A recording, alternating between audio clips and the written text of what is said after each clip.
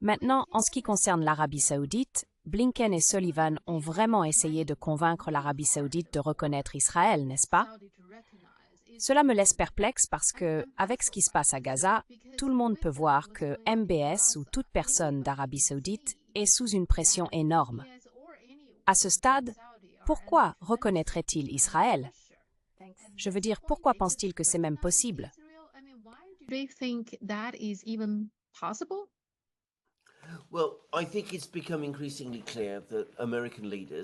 Eh bien, je pense qu'il est de plus en plus clair que les dirigeants et les figures politiques américains sont très détachés de la réalité.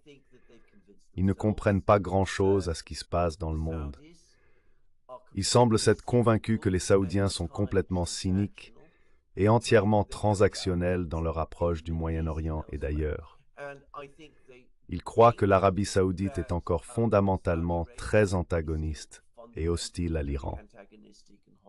Tout comme jusqu'à très récemment, ils se disaient que les Russes détestaient et craignaient la Chine. Ils pensent que l'Arabie saoudite déteste et craint finalement l'Iran, et ils forment leur politique sur cette croyance.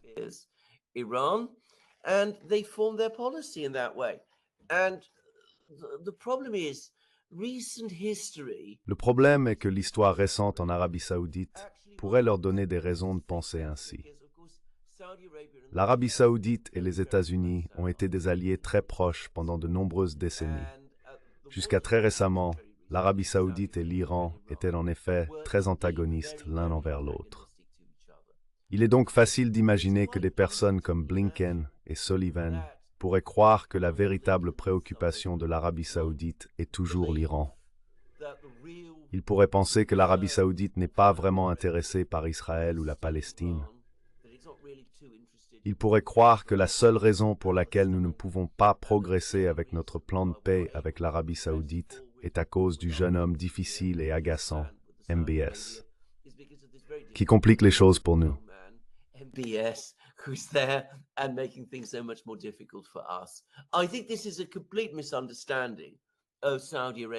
Je pense que c'est une incompréhension totale de l'Arabie saoudite à ce moment et du changement dans la politique intérieure et les attitudes saoudiennes.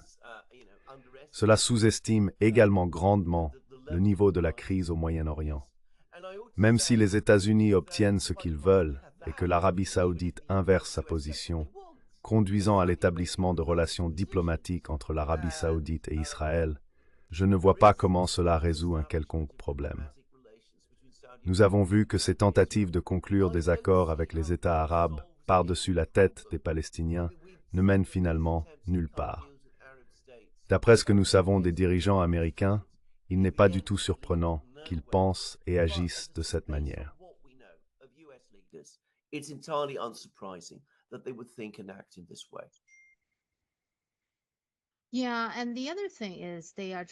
Oui, et une autre chose est qu'ils essayent de faire pression sur MBS et les Saoudiens pour qu'ils se distancient de la Chine.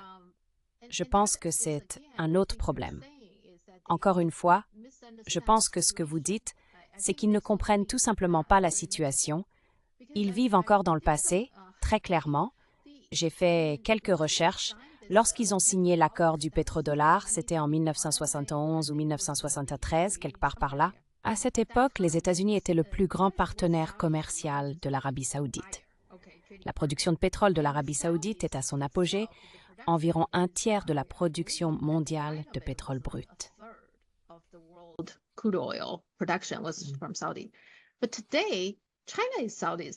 Mais aujourd'hui, la Chine est le plus grand acheteur de l'Arabie saoudite.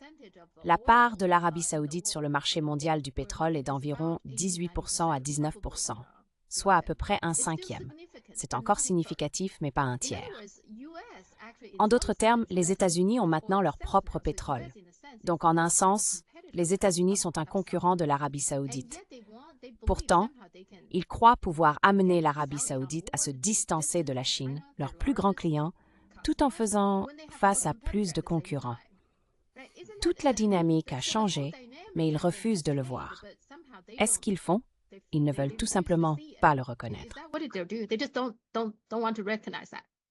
They don't get it at all. They absolutely don't get it. Ils ne comprennent absolument rien. Ils ne comprennent absolument rien. Ils supposent que les réalités du passé vont être les réalités d'aujourd'hui.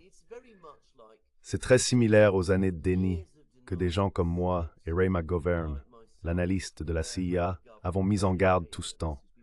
Depuis 10 à 15 ans, nous parlons de la relation entre la Chine et la Russie. J'ai eu beaucoup de ces conversations. Les gens disaient « Oh non, non, non, la Russie ne va pas vraiment se lier d'amitié avec la Chine. Ils craignent la Chine. Ils s'inquiètent que la Chine va marcher et conquérir la Sibérie. Leurs véritables intérêts sont en Europe.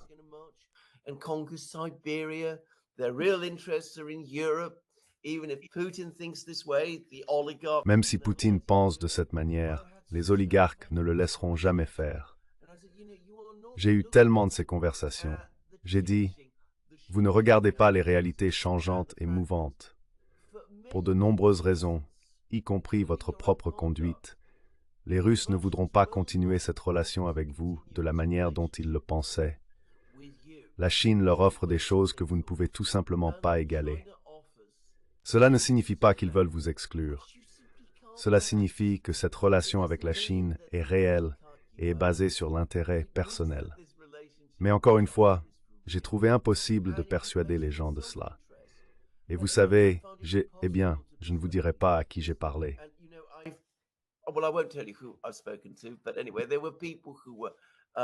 Mais de toute façon, il y avait des gens qui étaient soit proches du gouvernement, soit, dans un cas réellement à l'intérieur du gouvernement. Ils étaient en Grande-Bretagne et ne pouvaient tout simplement pas comprendre. Même si les niveaux de commerce entre la Chine et la Russie augmentaient lentement et que des réunions entre leurs dirigeants commençaient à avoir lieu, il y avait des accords sur toutes sortes de projets ensemble. Mais tout cela n'était apparemment pas réel. C'est la même chose avec l'Arabie saoudite. Est-ce que Blinken et Sullivan réalisent que la Chine est aujourd'hui le plus grand partenaire commercial de l'Arabie saoudite? Probablement.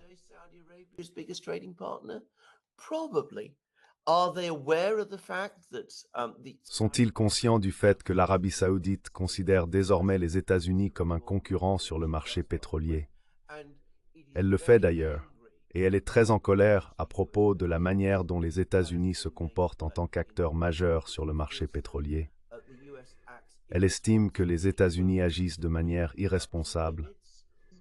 Ils ne veulent pas accepter de limites de production. Ils puisent dans les réserves de pétrole pour que les présidents gagnent les élections.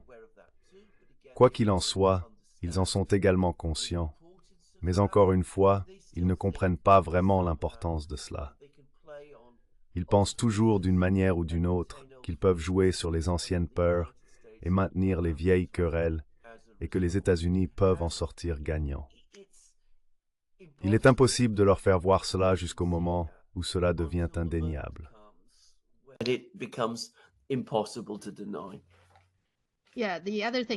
Oui, l'autre chose est le plafonnement des prix, n'est-ce pas? Les Saoudiens doivent être assez irrités, le prix devrait être déterminé par l'OPEP, mais maintenant, tout d'un coup, c'est le G7 qui détermine ces choses.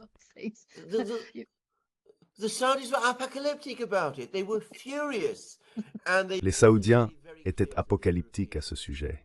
Ils étaient furieux. Ils ont également clairement fait savoir aux Européens que l'idée de confisquer les avoirs russes les concernait aussi. Ils ont fait du lobbying dans les capitales européennes, exhortant les gens à ne pas le faire. Ils craignent qu'un jour, ils ne soient les prochains. Si cela se produit, ils ont maintenant d'autres endroits où placer leur argent. Ils peuvent le mettre à Singapour, à Hong Kong, en Chine ou même en Russie s'ils le souhaitent. Mais les dirigeants occidentaux ne veulent pas voir cela. Ils ne veulent pas l'entendre ou le comprendre. Ils ne pensent pas que ce que disent les Saoudiens est réel. Ils croient toujours que la principale préoccupation de l'Arabie saoudite est l'Iran et qu'elle ne se concentre sur rien d'autre. And that it's really interested and focused on nothing else.